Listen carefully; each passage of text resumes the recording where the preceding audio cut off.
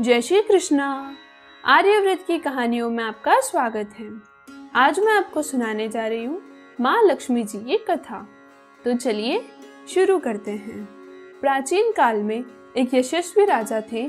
एक बार उनकी पत्नी दमयंती ने अपनी सेविका को गले में गांठ लगा पीला डोरा बांधे देखा तो रानी दमयंती ने उस डोरे के बारे में पूछ ही लिया तो उसने उत्तर दिया, यह माँ लक्ष्मी का डोरा है।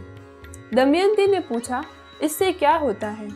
सेविका ने कहा, इसके पहनने से घर में सुख संपत्ति आती है और पहले से हो तो बढ़ जाती है। रानी को अच्छा लगा। उसने भी एक डोरा लेकर गांठ देकर अपने गले में बांध लिया। रात में राजा नल ने दमयंती के गले के पीले डोरे के बारे में पूछा तो रानी ने सारी बातें बता दी। इस पर नल ने कहा, हमें किस बात की कमी है? उस डोरे को तोड़कर फेंक दिया। कुछ देर बाद राजा को सपने में एक औरत दिखी जो कह रही थी, मैं जा रही हूँ। उसी समय एक दूसरी औरत आई और बोली, मैं आ रही हूँ। नल को यही सपना 12 दिन तक रोज आता रहा तो वह उदास रहने लगा। दमयंती ने पूछा, उदास क्यों हो? तो राजा ने कहा, समझ में नहीं आता वे दोनों औरतें कौन हैं। अगली बार राजा ने उन दोनों का नाम पूछा तो पहली बोली, मैं लक्ष्मी हूँ और दूसरी ने अपना नाम दरिद्रा बताया। जल्द ही राजा नल को पता चला कि पखवाड़े भर के भीतर उनका सब धन जाता रहा है। वे इतने गरीब हो गए कि खाने तक को नहीं रहा। वे जंगल में कंदमूल खाकर रहने लगे।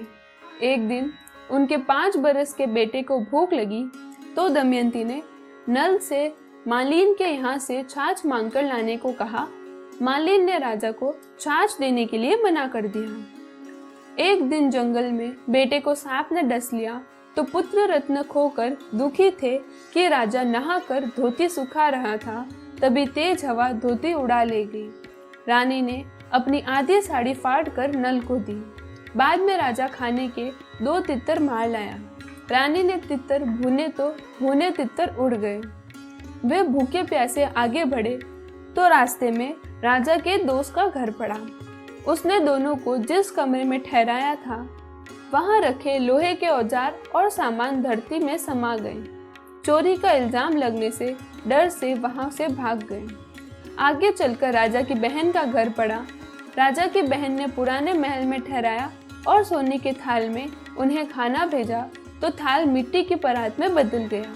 परात को जमीन में गाड़कर वे फिर भाग निकले। रास्ते में एक साहूकार का घर आया। साहूकार ने नल और दमयंती के ठहरने की व्यवस्था जिस हवेली में की, वहां खूंटी पर हीरो का हार टंगा था। पास ही दीवार पर मोर का चिन्ह बना था। देखते ही देखते मोर हार को निगल गया। यह अचरज देखकर वे वहां से भी चोरी के डर से भाग चले। दमयंती ने सलाह दी कि शहर की ओर भागने से बेहतर है कि जंगल में कुटिया बनाकर रह जाएं। वे जंगल में तो नहीं गए पर एक सूखे बगीचे में रहने लगे। दोनों बगीचे को सींचते और देख रेख करते। दोनों की मेहनत से वह बगीचा हरा भरा हो गया। तो एक दिन बगीचे का मालिक वहां आया और खुश होकर पूछा, तुम दोनों कौन हो? नल और दमयंती ने कहा, हम राहगीर हैं, नौकरी खोजते हैं। बाग के मालिक ने उन्हें अपने यहाँ नौकर रख लिया। एक दिन बाग के मालिक ने संपदा देवी की कथा करवाई, सबको बुलवाया। दमयंती भी गई थी। उसने भी कथा सुनकर संपदा देवी का डोरा ले लिया। राजा ने रानी से पूछा कि ये कैसा डोरा पहना है? दमयंती बोली, ये वही डोरा है जिसे आपने एक बार तोड़कर फेंक दिया था। हमें इतनी विपत्तियां झेलनी पड़ी। संपदा देवी हम पर नाराज हो गई है। दमयंती ने कहा, यदि संपदा माता सच्ची है तो हमारे दिन फिर से लौटा देगी। उसी रात नल ने सपना देखा। एक स्त्री कह रही थी, मैं जा रही हूँ। दूसरी स्त्री, मैं आ रही हूँ। राजा के पूछने पर पहली औरत ने कहा, मेरा नाम दरिद्रा, तो दूसरी ने लक्ष्मी बताया। राजा ने लक्ष्मी से पूछा, अब तो नहीं जाओगी? लक्ष्मी बोली, यदि तुम्हारी पत्नी संपदा का डोरा लेकर कथा सुनती रहेगी तो कभी नहीं, पर तुम डोरा तोड़ दोगे तो चली जाऊंगी। उधर बाग की मालकिन किसी रानी को हार देने जाती थी। उस हार को दमयंती ढूंढती थी। रानी को दमयंती का बनाया हार बहुत पसंद आया। रानी के पूछने पर बाग की मालकिन ने बताया कि उसकी नौकरानी ने बनाया है। रानी ने बाग की मालकिन से दोनों के नाम पूछे तो कहा, उसने नाम पूछे तो पता चला कि वे नल दमयंती है। बाग का मालिक ने उन्हें आदर सहित कुछ धन दिया और उनसे क्षमा मांगने लगा। अब नौकरी न हो सकती थी, सो दोनों अपने राजमहल की तरफ चले। रास्ते में साहूकार का घर आया। यहाँ पर वे दोनों उसी कमरे में ठहरे तो देखा कि दीवार पर बना मोर नौलख का हार उगल रहा है। साहूकार ने यह चमत्कार देख राजा के पैर पकड़ लिए और खूब सारा धन भेंट किया। आगे चलने पर बहन के घर आया। नल उसी पुराने महल में ठहरा जहाँ मिट्टी की परात दबाई थी। वह जगह खोदी तो हीरे जड़ा थाल निकला। राजा ने बहन को बहुत सा धन भेंट में दे आगे चल दिया। इसके बाद नल दमयंती मित्र के घर पहुंचे और उसी कमरे में ठहरे जिसमें पहले रुके थे।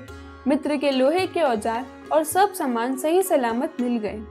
उसने उपहार दे विदा किया। आगे चलने पर उसकी धोती एक पेड़ पर उलझी हुई मिल गई तो राजकुमार जिसको सांप ने डस लिया था उसी के साथ खेलता हुआ मिल गया। अपने महलों में पहुंचकर दमयंती की सखिया ने मंगल गान गाया और नल को उसके मंत्रियों और अधिकारियों ने जी खोलकर स्वागत किया। संपदा जी की कथा से उनके बुरे दिन अच्छे दिनों में बदल दिए। विशेष प्रचलित लोक कथाएं हमें लक्ष्मी एवं दरिद्र के आने पर हमारे जीवन में आने वाले बदलाव की ओर संकेत करती है और त्रिगुणात्मक सृष्टि के विभिन्न प्रभाव को दर्शाती है, जिससे मानव तमोगुणी विचार को धारण न करे। इस कथा में पीला धागा एवं 16 गांठ को जो महत्व दिया गया है वो संभवतः हिंदू मान्यताओं में धागे अनेक प्रकार से हमें अपने कर्तव्यों का स्मरण करने हेतु प्रयोग होता है, जैसे रक्षाबंधन यज्ञोपवीत एवं कन्याओं को नवरात्रों में बांधते हैं, परंतु उस धागे को तोड़ना राजा के अहंकार को दर्शाता है।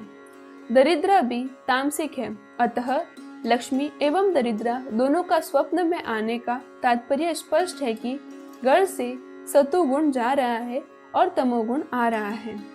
भव सागर से पार होने के लिए मनुष्य शरीर रूपी सुंदर नौका मिल गई है। सतर्क रहो, कहीं ऐसा ना हो कि वासना के भंवर में तोड़कर नौका डूब जाए। मानसिक मल या मन की मेल। जब मन विषयों में आसक्त रहता है तो उसे मानसिक मल कहते हैं। जब संसार की मोह माया व विषयों में और आज्ञा हो जाए तो उसे मन की निर्मलता कहते हैं। मानसिक तीर्थ। सत्य तीर्थ, क्षमा तीर्थ, तीर्थ मंदिर या निर्गह, सर्वभूत दया तीर्थ, तीर्थ माजर्व मेह चह, दान तीर्थ, दमस्ति तीर्थ, संतोष स्त्री तीर्थ मेह चह, ब्रह्मचर्य पर तीर्थ, नियम मस्ति मूर्छते है, मंत्राणः तु जप्यस्तीर्थ, तीर्थ तु प्रिय वादिता, ज्ञान तीर्थ, धृति स्त्री धर्म हिंसा तीर्थ मेव चह, आत्म तीर्थ, ध्यान तीर्थ, पुनः तीर्थ, शिव स्मृति। अर्थात सत्य तीर्थ है, क्षमा तीर्थ है, इंद्रिय निर्ग्रह तीर्थ है, सभी प्राणियों पर दया करना, सरलता, दान, मनोविग्रह, संतोष, ब्रह्मचर्य, नियम, मंत्र जप, मीठा बोलना, ज्ञान, धैर्य, अहिंसा, आत्मा में स्थित रहना, भगवान का ध्यान और भगवान शिव का स्मरण, ये सभी मानसिक तीर्थ कहलाते हैं। शरीर और मन की शुद्धि, यज्ञ, तपस्या और शास्त्रों का ज्ञान, ये सब के सब तीर्थ हैं।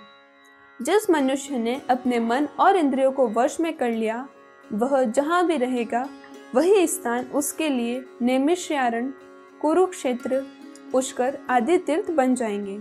अतः मनुष्य को ज्ञान के सागर से अपने को पवित्र रखना चाहिए। ध्यान रूपी जल से राग, द्वेष रूपी मल को धो देना चाहिए और यदि यह सत्य, क्षमा, दया, दान, संतोष आदि मानस तीर्थों का सहारा ले तो जन्म जन्मांतर के पाप धुलकर परम गति को प्राप्त कर सकता है। भगवान के प्रिय भक्त स्वयं ही तीर्थ रूप होते हैं। उनके हृदय में भगवान के विराजमान होने से वे जहाँ भी विचरण करते हैं वही महातीर्थ बन जाता है। जीवन का सत्य आत्मिक कल्याण है, ना कि भौतिक सुख। यदि आपको मेरी यह कथा पसंद आई हो तो वीडियो को लाइक करें और चैनल को सब्सक्राइब करें।